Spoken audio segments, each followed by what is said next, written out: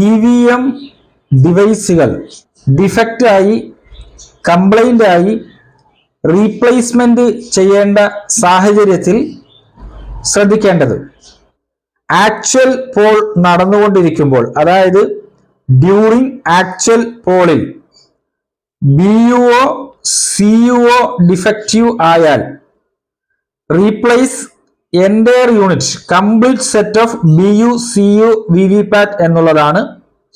അതായത് actual poll നടന്നുകൊണ്ടിരിക്കുമ്പോൾ balloting യൂണിറ്റോ കൺട്രോൾ യൂണിറ്റോ ഡിഫക്റ്റീവ് ആയാൽ മൊത്തം സെറ്റും റീപ്ലേസ് ചെയ്യുക എന്നുള്ളതാണ്. VVPAT അടക്കം റീപ്ലേസ് ചെയ്യുക എന്നുള്ളതാണ്. ആ സമയം ഓരോ വോട്ട് വീതം മോക്ക് പോളിൽ ചെയ്തുകൊണ്ട് മോക്ക് പോൾ ചെയ്യാവുന്നതാണ്. ഇനി ഡ്യൂറിങ് ആക്ച്വൽ പോൾ നടന്നുകൊണ്ടിരിക്കുമ്പോൾ CU ബാറ്ററിയോ VVPAT ബാറ്ററിയോ ഡിഫക്റ്റീവ് ആയാൽ അതായത് CU ബാറ്ററി ഡിഫക്റ്റീവ് ആയാൽ CU ബാറ്ററി റീപ്ലേസ് ചെയ്യുക, മോക്ക് പോൾ നടത്തേണ്ടതില്ല.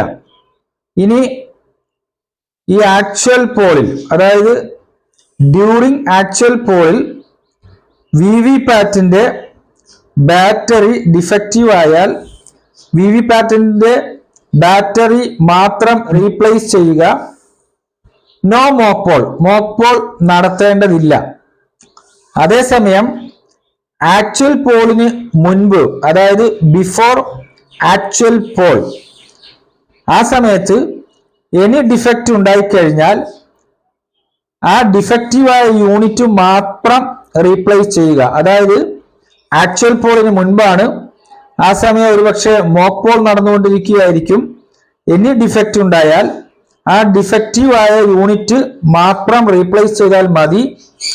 പുതിയ യൂണിറ്റ് വെച്ചുകൊണ്ട് മോക്ക് പോൾ തുടരുക എന്നുള്ളതാണ് അതിൽ ചെയ്യുവാനുള്ളത്.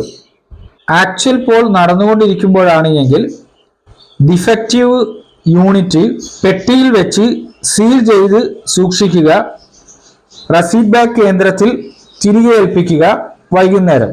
അതേസമയം ആക്ച്വൽ പോളിന് മുൻപാണ് ഡിഫക്റ്റീവ് ആകുന്നതെങ്കിൽ ആ ഡിഫക്റ്റീവ് ആകുന്ന യൂണിറ്റ് സെക്ടറൽ ഓഫീസേഴ്സിനെ തിരികെ ഏൽപ്പിക്കുക.